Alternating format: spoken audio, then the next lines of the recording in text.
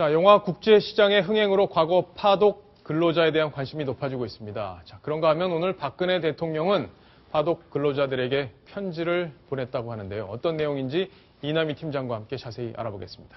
이남희 팀장, 네. 편지 내용이 좀 따뜻했을 것 같아요. 따뜻하죠. 오늘 그 서울 프레스센터에서 그 파독 51주년 감사 송년회가 열렸습니다. 이 자리에 이제 박근혜 대통령이 직접 간 것은 아니고요.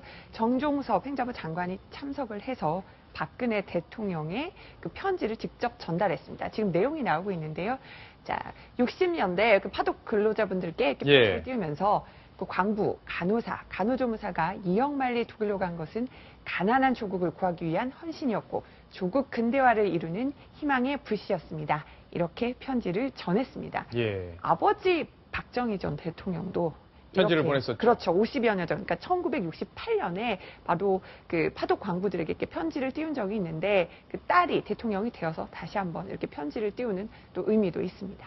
하태원 차장, 50년 전에는 분위기가 어땠었나요? 그때 박정희 전 대통령으로서 첫 해외 순방을 겸해서 독일을 방문했었고요.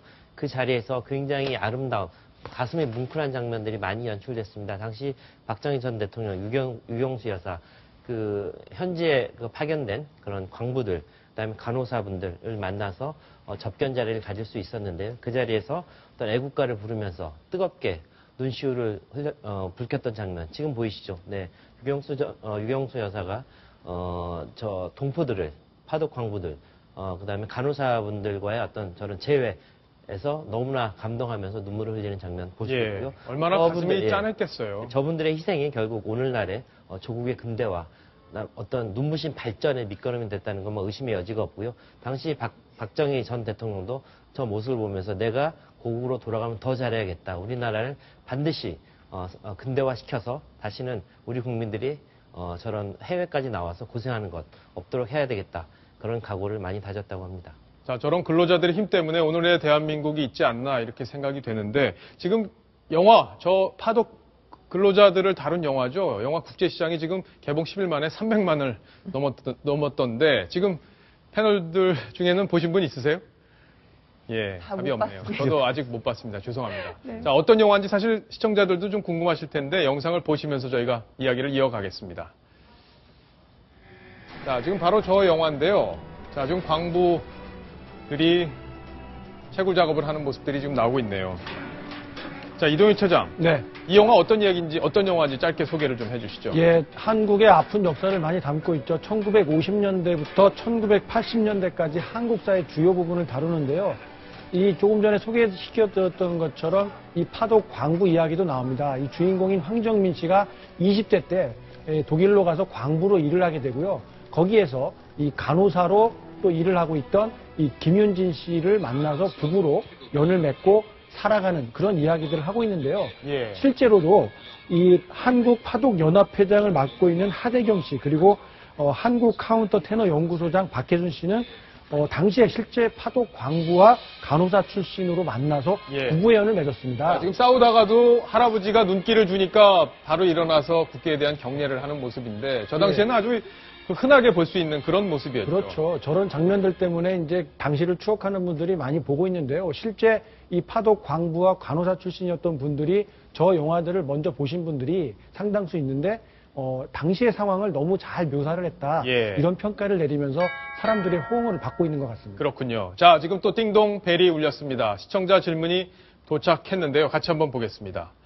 자, 문재인 의원은 영화 배경으로 나오는 부산이 지역구고 또 영화에서 나오는 흥남 철수 때 넘어온 피난민 가족으로 알고 있는데 그럼에도 불구하고 이 영화 대신 니마를 본 이유가 뭘까요?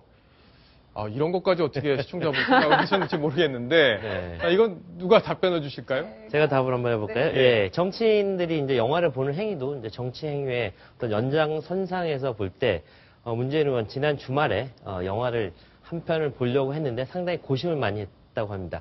니마 저 강을 건너지 마와 국제시장 그 둘 중에 어느 걸 볼지 굉장히 고심을 했는데 그 전에 문재인 의원이 봤던 영화를 보면 광해, 변호사 이런 어떻게 보면 과거 노무현 정부를 추억할 수 있는 영화를 보면서 많은 정치적 메시지를 던졌는데 이번에는 결국 니마를 택했는데 국제시장을 보지 않은 이유 본인하고 지역도 겹쳐요. 이게 부산이라는 어떤 지역적 기반이 있고 또 흥남 철수를 다룬 부분, 본인의 아버지, 어머니가 흥남 철수 때 내려왔던 그런 가족사도 있기 때문에 이 영화를 택할 수도 있다는 그런 의견들이 있었는데 주변 보좌진들이 이 부분을 상당히 만류했다고 하는데 만류했다? 네.